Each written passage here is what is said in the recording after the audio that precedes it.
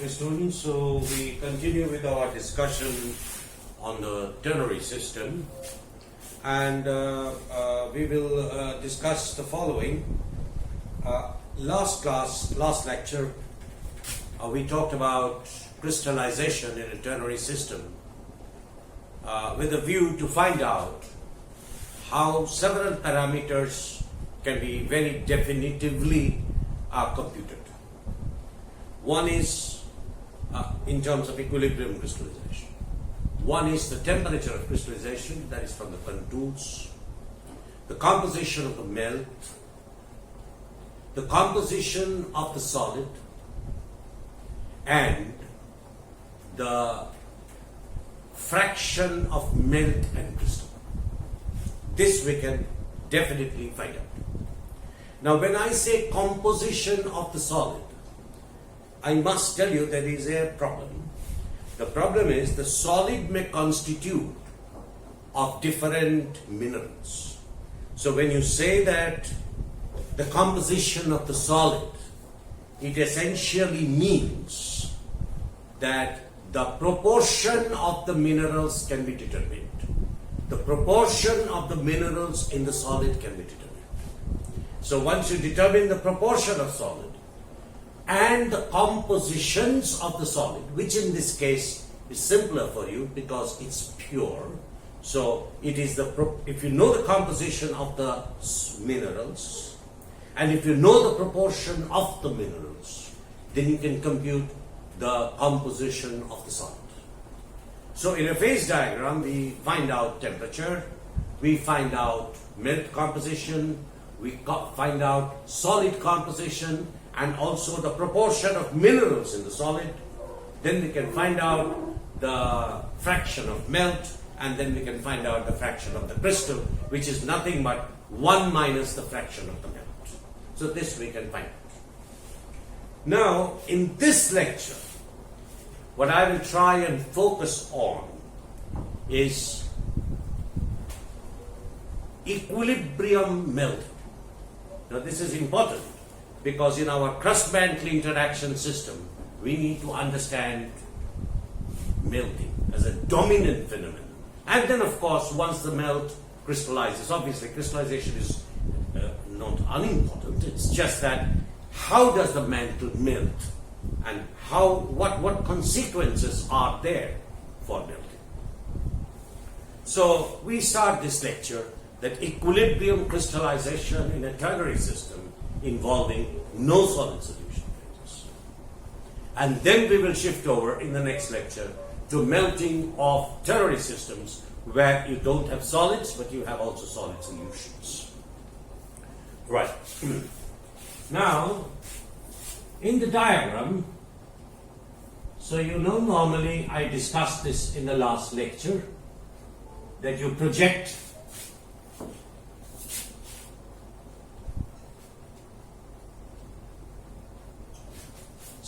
let's say there are 3 minerals which are pure, and the pure minerals have the temperature of melting of A, temperature of melting of C, and temperature of melting of B. And then each of this can be divided into the proportion of B and C, and in this it can be divided into the proportion of A and C, and here you can distinguish the proportion of A. And then between, say for example, between A and on the A and B binary, there is an eutectic, so that moves inwards as you add C because of the cryoscopic equation. This I told you before. And you also have the eutectic coming in from the AC, and you have an eutectic which comes in from the BC, and they sort of join up in this diagram, and this point is called the ternary eutectic, and these are called the temperature of eutectic AC, this is the temperature of eutectic of BC, and this is the temperature of the eutectic of AB. So these are the three temperatures of the eutectic, and this is the turtle eutectic. Now, if we start now of thinking, okay, so we start about melting, then there is something interesting happen. We will have to have a rock composition. So you can see here this eutectic composition here.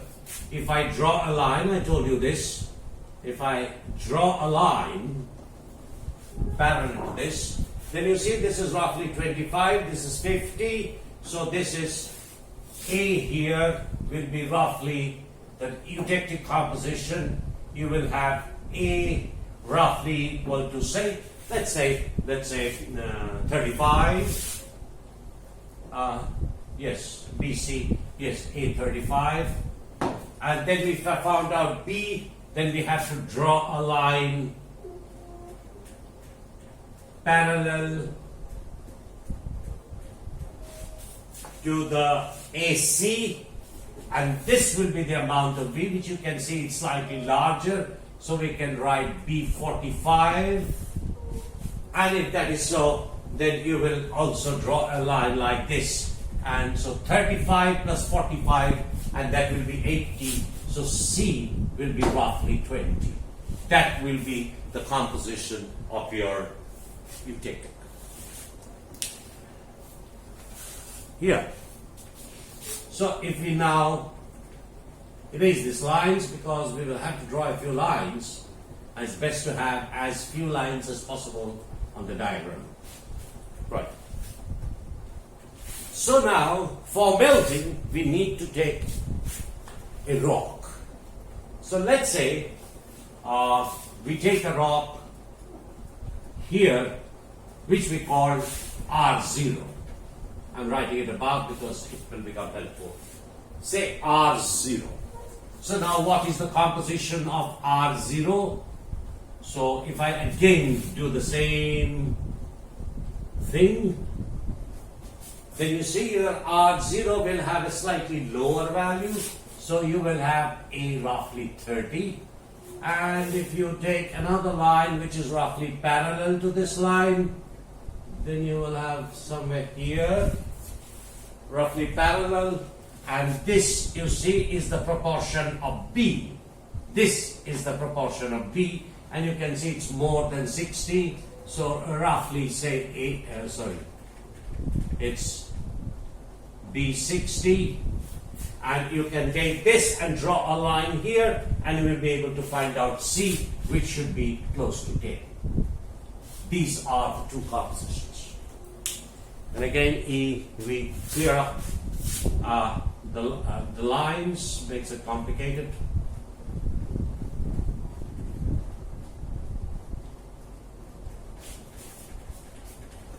Fine. So now, oh, what happened? A30. So this is R0 here. So this is R0. And roughly with this composition, let's try and understand this first.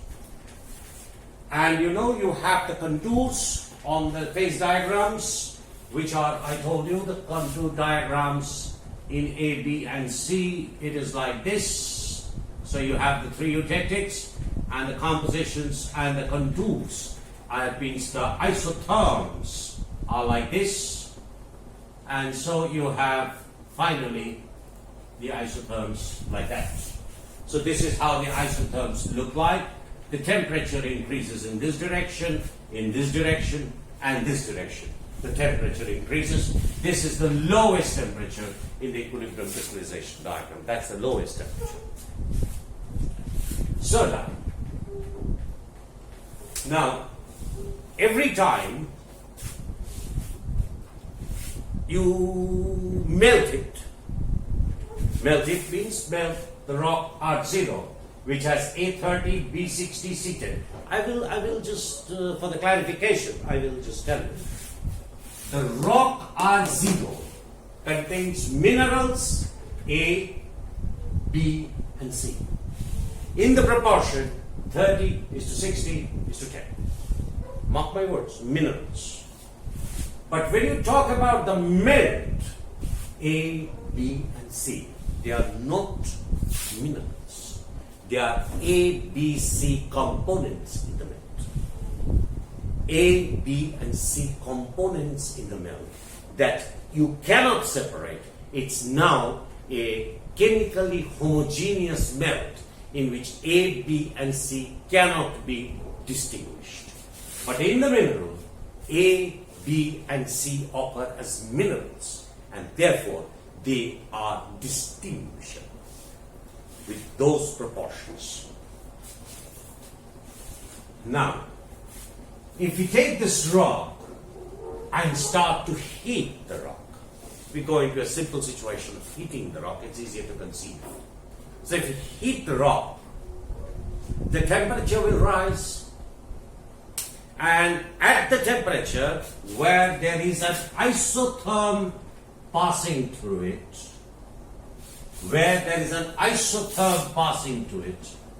that is the liquidus temperature. So at that point, the rock will melt. At that point, where R0 reaches the liquidus, that if you change the value of R0 to here, you will not melt it at the same temperature. You will not melt the rock at the same temperature. Here, you will melt the rock at a higher temperature. If you push the rock on this side, then you will melt the rock at a lower temperature. Now, also, along the line, all rocks that fall on this isotherm, they will melt at the same temperature.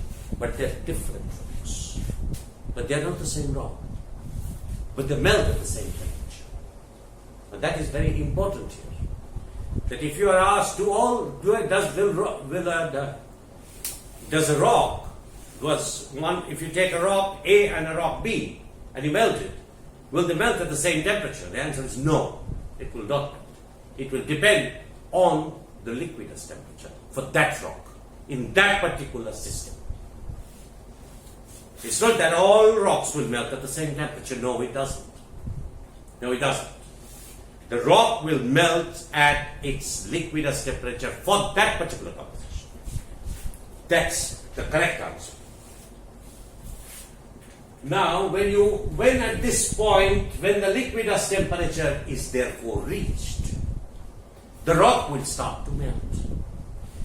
What will be the first melt to form? It will be the melt composition of the eutectic. The melt composition of the eutectic. So the first melt that comes out of the rock is at the eutectic, where it is L1. Where it is L1 is the eutectic temperature. And the melt that you will be producing,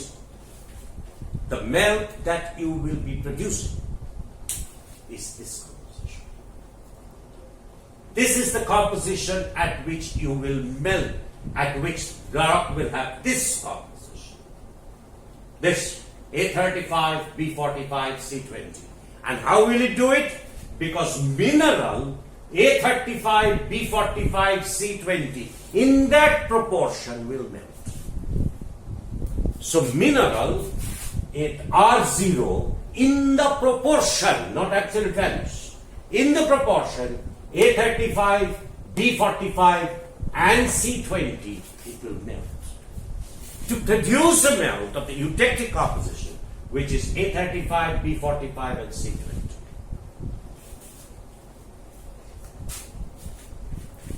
I can't ask you, if I were in the class, I would have asked you individually whether you have understood it. But here I can't ask. So, if you have questions, you can ask me, but I think I'm going slow so that you have no ambiguities in understanding it. So, if this is the rock L1, if this is the melt L1 that is produced with the eutectic composition of ABC, because A, B and C minerals in the rock R0 melted to produce the melt of this composition, then the rock composition has to change. So the rock composition has to change. If the rock composition has to change, then what will happen? which direction will the rock go?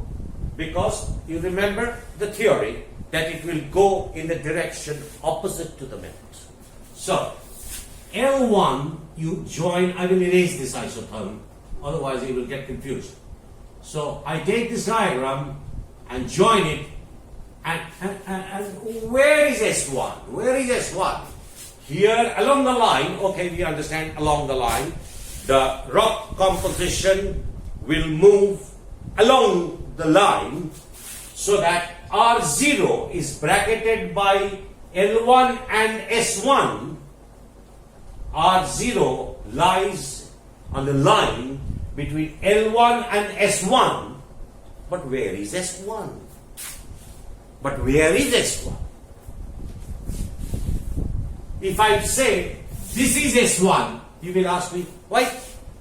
How did you find S1 will be there? It could be somewhere else. So, we go in a different direction. To find out S1, we go in a different direction. What is the direction? Let's say there is melting is 5%. Your melting is 5%. 5% of the rock has melted. Right? 5% of the rock has melted. Now we know here, let's say this is M and this is N. So what is the fraction of rock? N divided by M plus N is equal to the fraction of solid, or we call it, this is 0.05. Yes or no? 0.05, because 5% means 0.05. So N will be now equal to, N is equal to 0.05 N plus 0.05 M. So now you bring this here, this will be 0.95 N will be equal to 0.05 M. Have you understood? So now, you take a scale. So if you now ask me crystal fraction, no? So crystal fraction is N. So N will be equal to 0.05 divided by 0.95 into N. Yes or no? Tell me, have you understood? Let's say I melt 5% of the rock. That means in this part is called the melt fraction. N is equal to the melt fraction, and N is equal to the solid fraction. So if I melt 5%, that means N divided by N plus N, right? N divided by N plus N should be 0.05. Yes or no? So that means this is valid. 0.05 N. That means this is valid. That means this is valid. So, if you know N value, see, if you know the N value, then you can find out the M value, yes or no?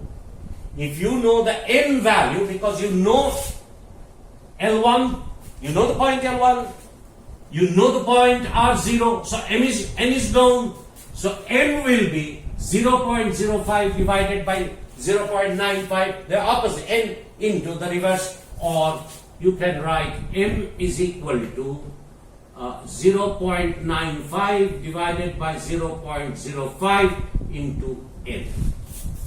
So, since you know N can be found out. So that is how this, say, would be S1. You can ask me, sir, what is S1? S1 is this value. Have you understood? Now you can ask me, sir, the value of N can change. You have taken, what is N? N is the length. you have taken this triangle. If I take a bigger triangle, then n will change. Of course it will change. Of course it will change. But then m will also change. So the proportion will remain the same. The proportion will remain the same. Have you understood? The proportion will remain the same. The only problem here is, that is why it is, theoretically I am showing it, but it is difficult, because all the surfaces are curved. So straight line joining is not allowed. You have to join it, say for example, if you have a tape. So you put the tape on the surface and you can find that. Then it's okay. Because it's on the surface now. It's projected on the composition plane. But that's how you can find S1. Now once you find out S1, then you can also find out what is S1 means. The solid which is in equilibrium with liquid L1. Now, how will you find out what is the composition of the solid?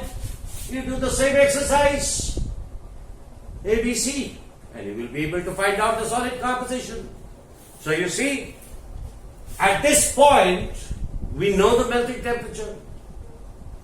We know the composition of the liquid L1. We know the composition of the solid S1 as a mechanical mixture of the minerals A, B, C that is still left after 5% of melting. So that means 95% is solid. That will be the composition. I give you 1 minute to think. So all the parameters that we wanted to know are done. The temperature of melting, the composition of the melt, the composition of the leftover solid, or it's called residual solid, or it's called the residual solid.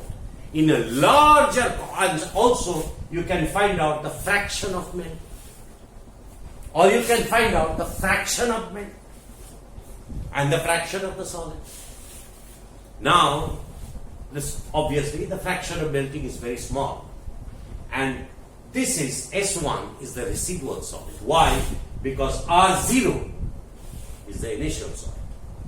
Now, if you go to a global scale, big scale, mantle crust, and we start with the idea that your crust was derived by melting of the mantle, then you can see that you are getting into a bigger thing. That means R0 is the unmolten mantle. Let's assume the mantle is homogeneous. If there was a homogeneous mantle, it would have been R0. And if you did very small amount of melting of the mantle, 5%, you will generate a melt L1, which is the crust of yours, the crust. And you have S1, which is the residual mantle. So now in the mantle, you have two mantles, two compositions. What are these? An initial R0 and the S1. The unmelted, melt extracted mantle and the primitive mantle. So this is how the compositions are changed. Right. So now, so long, so you can imagine what will happen if you melt further. The liquid composition, because you will still have so long the solid does not lose a phase, does not lose a mineral phase. That means A, B, and C are in equilibrium with the melt. Remember, at the ternary protected, the A, B, and C minerals are in equilibrium with the liquid. So as long as A, B, and C are in equilibrium with the melt composition has to remain here and nowhere else. If this happens, then as you melt more, you can see now, you will move to S2, your L2 remaining sign, and then you will move along this line, and you have S3 and you have L3. You will continuously produce, but you can see here now that you see this N remains the same, but your M value now increases. What is M? M is the volume fraction of melt. Do you see that? M is the volume fraction of melt. So N remains same, but the value of M will now increase. Because why? Because you see 0.95. The fraction of melt was 5%. Yeah, N was 5%. So M was 0.9%. So as N increases, you see, as N increases, this value will go on increasing. So as long as you have A, B, and C in equilibrium with the melt will be in the ternary eutectic, and the solid will move away along the line so that the M increases, but the length N remains the same. So if M increases, the fraction of melt increases. That means these are higher degrees of melting. Higher degrees of melting. But the melt composition has not changed. So if you take this idea to the mantle, what happens? Say for example, the mantle is made up of A, B, and C.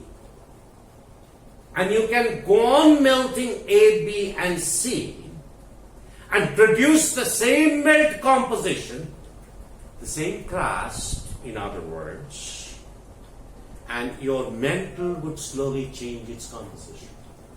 But still it would keep on producing the same composition. So the melt composition is independent of the composition of the rock. But only one thing is needed. If you have to go on melting, you look here, your temperatures has to increase. If you have to aim R0 to this direction, then your temperature has to melt. So you have to give higher and higher temperature. You have to produce some mechanism where higher and higher temperatures are required to melt the rock. Till the residual melt reaches S4.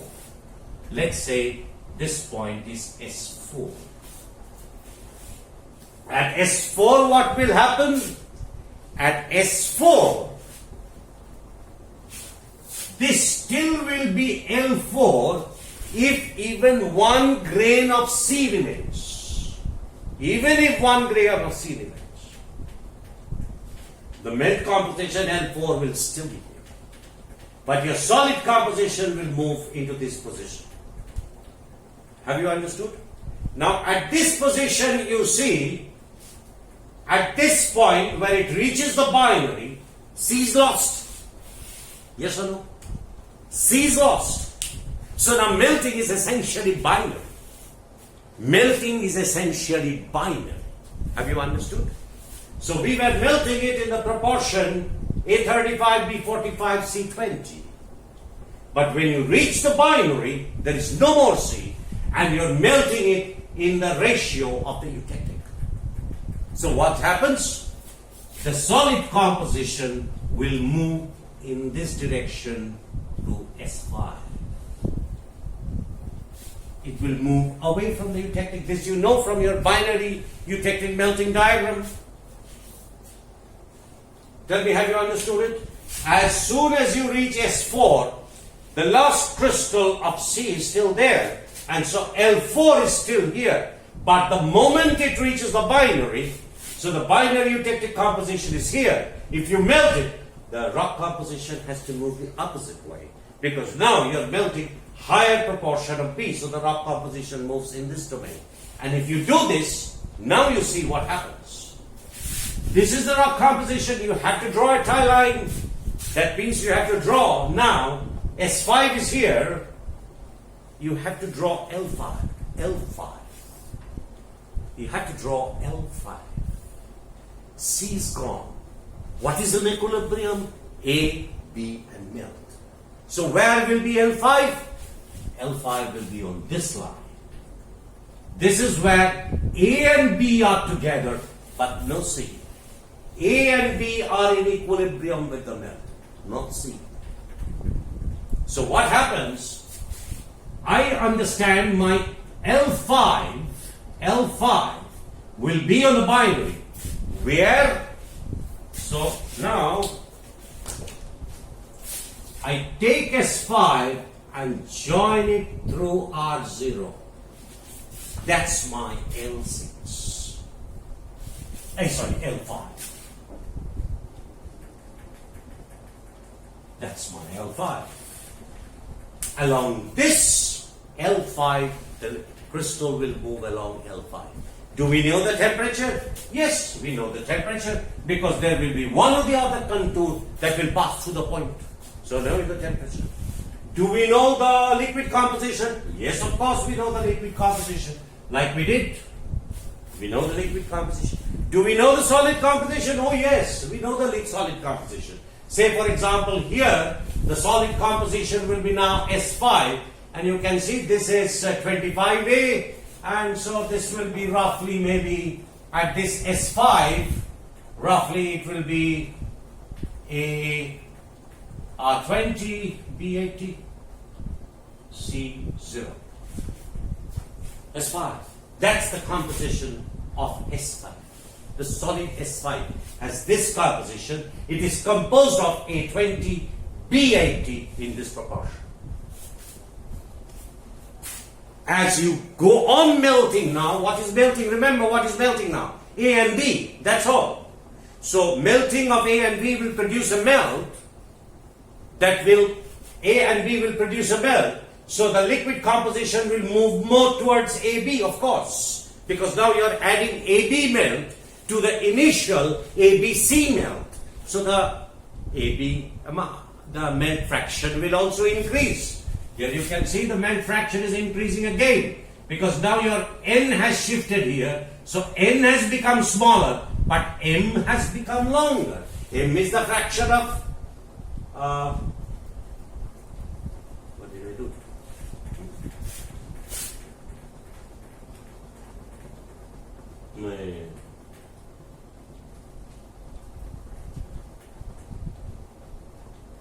I'm sorry here, there was a mistake. Sorry here, there was a mistake. 5% melting means, I'm sorry, very sorry. This will be M. Fraction of F 5% melting means this is M and this is N. Yes, M divided by M plus N should be 0.05. Right? I'm sorry here. I will just change it.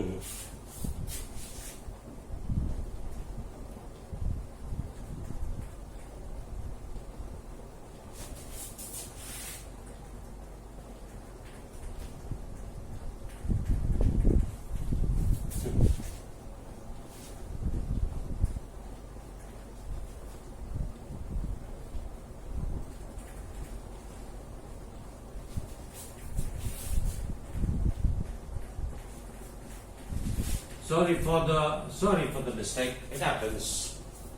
We get confused with M and N. So when you say fraction of melt, you see, say if this is L1, this is S1, and this is R0, and as I have written, this is his N and this is his N, then N divided by M plus N is the fraction of the liquid. N divided by M plus N is the fraction of the liquid, 0.05, because 5% melting means fraction of the liquid is 0.05 or 5% of the melting. So that has been my mistake. I reversed M and N. But now you can see, if I do this, I will check again. M will be equal to 0.5 N plus 0.5 M. So if I can take M is 1 and I take out this M, then it should be 0.95 M and this will be 0.05 N, correct? And then N should be equal to 0.95 divided by 0.95 M is correct. And then we were trying to find out what will be the M value. The M value then will be 0.05 divided by 0.95 into M. That will be the M value. It's correct now. Right? I'm sorry for the small error here. So now we come to S5 and L5. So now as you see, as you have in S5, and your melt composition now moves from L1, L4 and you take it to L5, as you melt more, your liquid composition will now change to another point here, S6, and here it is L6. You can see here again, N is now rotating in this way and N is becoming smaller. N is smaller means the fraction of solid is smaller. Have you understood? And the fraction of liquid now is increasing in length. So you can see the fraction of liquid M is now increasing. As you rotate it, as you rotate the line around the initial rock composition R0. And this will continue, as you can understand, till you can see this is A100, this is B100. So when you exhaust A, that means now if I take a line and join it here, let's say this is L7 and this is S7 at this point. You can see N has become even smaller and M has become even larger. So now this is your M and this is your N. So this is M and this is M. Now you can see your liquid, your solid now is at S7. Have you understood? So now the solid S7 means A100. S7 means A100. B100. S7 means B100. That means A is equal to 0, C is equal to 0. When your rock is of this composition, then your liquid is of the composition L7, which is a liquid in A, B and C in some proportion. Moved around this. Now what will happen at this point? Tell me, have you understood it? So first we were producing liquids of composition L1 to L4 when your solid was within the ternary system.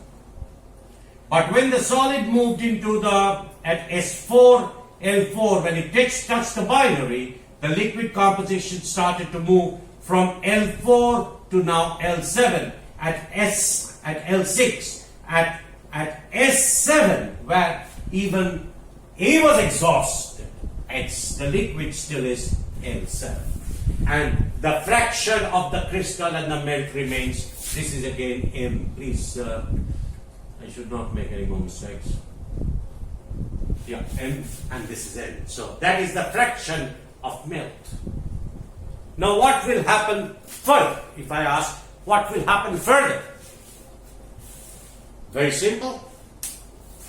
As S7 is melting, now only S7, that means B is melting. So you're adding B component to the melt. you're adding only B component to the melt. So this melt, L7, now is getting only the B component because only the mineral B is melted. Only the mineral B is melted. So what happens? What will happen now? When will the melting of B be completed? You see, when N, what is N? N is the fraction of the rock. So when this point L7 meets R0, when L7 reaches R0, then N will become equal to 0. When L7, the point L7 reaches R0, N will become 0. When N becomes 0, it is the fraction of solid which becomes 0. So the rock has now been 100% melt. So when the rock has melted itself completely, then your initial rock composition and the last melt composition will become this one and the same. So if you take that, then here you can see, if I draw it, your liquid composition moved from here to here. First you had eutectic melts, ABC. You always had A, B and C in the melt, always had A, B and C in the melt. But look at the solid. The solid is the residual mantle. Initially the residual mantle had A, B and C. With increasing degree of melting, this R0 here moved from here then to here. So the initial phase R0 had A, B and C. Your mantle had A, B and C. But the proportion, you can see as you're moving this way means A and C is going on decreasing. This way is almost perpendicular to this. So A and C, you can see A and C were dominantly melting. You had A and B and C, but A and B and C was there in the mantle, but your liquid composition was not changing from L1 to L4. When the mantle composition with A, B and C mineral proportions were changing. This is the equilibrium. Now at one point of time C was exhausted. And then you were melting A and B. So A and B components were added to the melts which had already A, B and C. Have you understood? So the melt component moved around the boundary curve, this curve between A and B, where A and B are in equilibrium with the melt. And then because A and B and melt are in equilibrium. And finally A was exhausted and you had only B left with in the rock. And now B was melting, adding B to the melt compound. So what was happening is, so now your melt composition left the binary and went into this direction towards S7 along R0. That is where the last melt composition would stop, because for the very, very simple reason is that at this point N will become equal to 0 and M of course will be equal to 1. M1 means that it is totally molten. N is equal to 0, there is no solid. So that is how equilibrium crystallization proceeds in a phase diagram involving equilibrium crystallization. But the point to take here is, the takeaway point from this is for equilibrium of pure phases. None of the minerals in the mantle are pure phases. There are impure phases. It's okay.